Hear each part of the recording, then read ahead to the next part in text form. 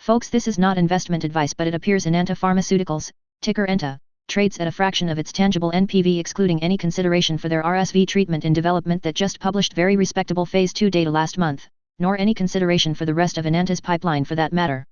You can and should otherwise research Enanta's long history for yourself. At $5.12 a share, Enanta's market cap is less than $110 million as of January 21, 2025. Here is a snapshot of Enanta's balance sheet and traditional enterprise value calculation, pre-Q4 24 burn. Enanta's September 30 cash is totaled here, which when netted against this small preferred stock obligation nets to just over $250 million. Put simpler, Enanta's market cap is 43% of its cash. Incidentally, Enanta has a September 30th year-end. A look at Enanta's September 30th, 2024 liabilities, we considered the small preferred stock obligation in net cash. We will discuss the large current and long-term liabilities in a few seconds, but they are not traditional debt facilities that need to be serviced from Enanta's operations.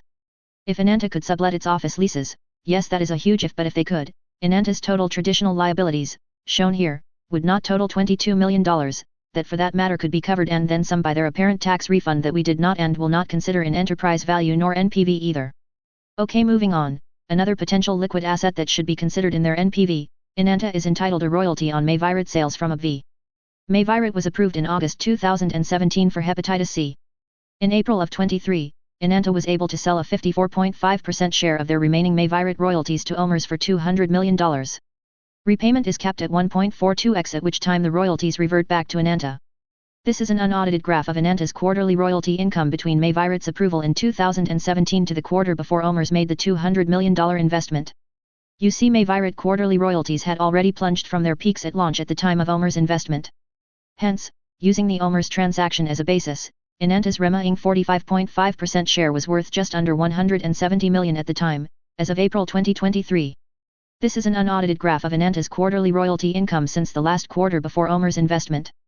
What could Enanta get for selling its remaining 45.4% share today? Back to Enanta's SEC filing, we see OMERS gets royalties, subject to the cap, through 2022.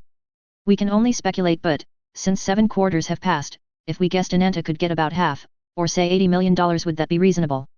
If Enanta had $250 million in net cash, then adding a guesstimated $80 million from a sale of Enanta's remaining 45.5% share of future Mayvirot royalties, then Enanta's adjusted cash or Proforma NPV would be $330 million. Enanta's market cap of $110 million at $5.12 a share would be 1/3.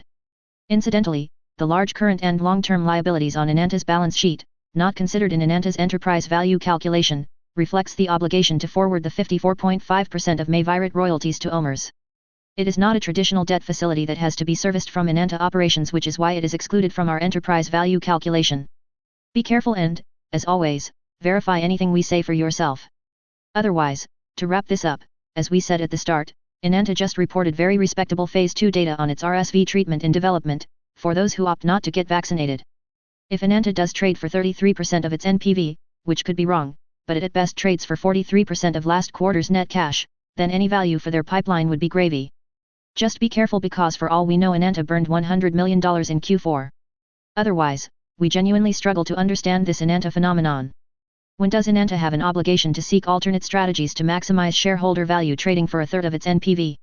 For the record, Enanta management was not consulted in the preparation of this video. Also, we own considerable Enanta stock, so we have every ulterior motive to see Enanta trade higher. Otherwise, this video is for entertainment purposes only. This is not investment advice. Thank you.